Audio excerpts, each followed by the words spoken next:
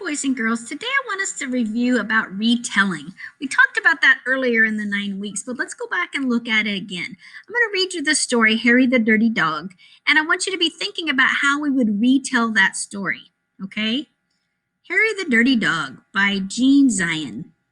Harry was a white dog with black spots who liked everything except getting a bath. So one day when he heard the water running in the tub, he took the scrubbing brush and buried in the backyard. Then he ran away from home. He played where they were fixing the street and got very dirty. He played at the railroad and got even dirtier. He played with the tag with the other dogs and became dirtier still. He slid down a coal chute and got in the dirtiest of all. In fact, he changed from a white dog with black spots to a black dog with white spots. Although there were many other things to do, Harry began to wonder if his family thought that he had really run away. He felt tired and hungry too, so without stopping on the way home, he ran back home. When Harry got to his house, he crawled through the fence and sat looking at the back door. One of the family looked out and said, "There's a strange dog in the backyard. By the way, has anyone seen Harry?" When Harry heard this, he tried very hard to show them he was Harry. He started to do his old clever tricks. He flip-flopped and he flop-flipped and he rolled over and played dead. He danced and he sang and he did these tricks over and over again, but everyone shook their heads and said, "Oh no, it couldn't be Harry." He gave up and he walked slowly toward the gate.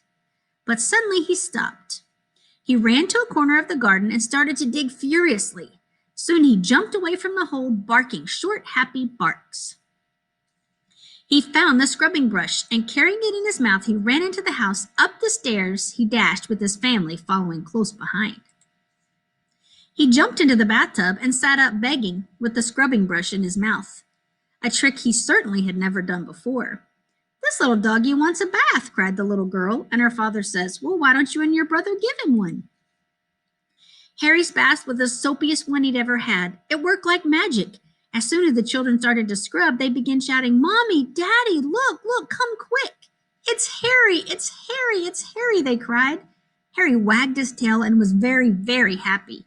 His family combed and brushed him lovingly, and he became once again a white dog with black spots.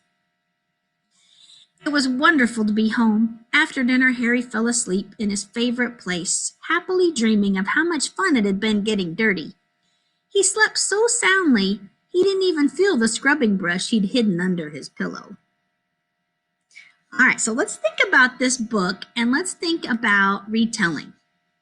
Okay, so here's what we know when we retell a story. When I retell a story, I need to tell the setting, the characters, the problem, the events, that's the beginning, middle, and end, and the solution, how the problem was solved. Okay, so I'm going to think about this for a minute. If I were telling this story to one of you, I would say this story is about a dog named Harry who does not like to take a bath. And he lives in a house with his family. So I've told you the characters and the setting. Well, one day Harry heard the bath running and he did not want to take a bath. So he took the scrub brush and ran away, and he did all kinds of things to get really, really dirty. He played in the railroad and he got coal. He played in the coal. And when he came back home, his family didn't even recognize him. So he unburied the scrub brush, ran upstairs and hopped in the tub. And when the family found him, when the family bathed him, they realized that it was Harry. And at the very end, he was so happy to be home in his very own safe place. Okay, so you see how I told the beginning, the middle, and the end of the story? And I told the solution, how it ended up, okay? That's what I want you to do today. You're going to find a fiction book that you can read. Read the book, and then do a retelling for me. Go to Seesaw and retell the story. Make sure you're telling me the setting, the characters, the problem, what events did they do, and the solution. All right? Let's do some good retellings.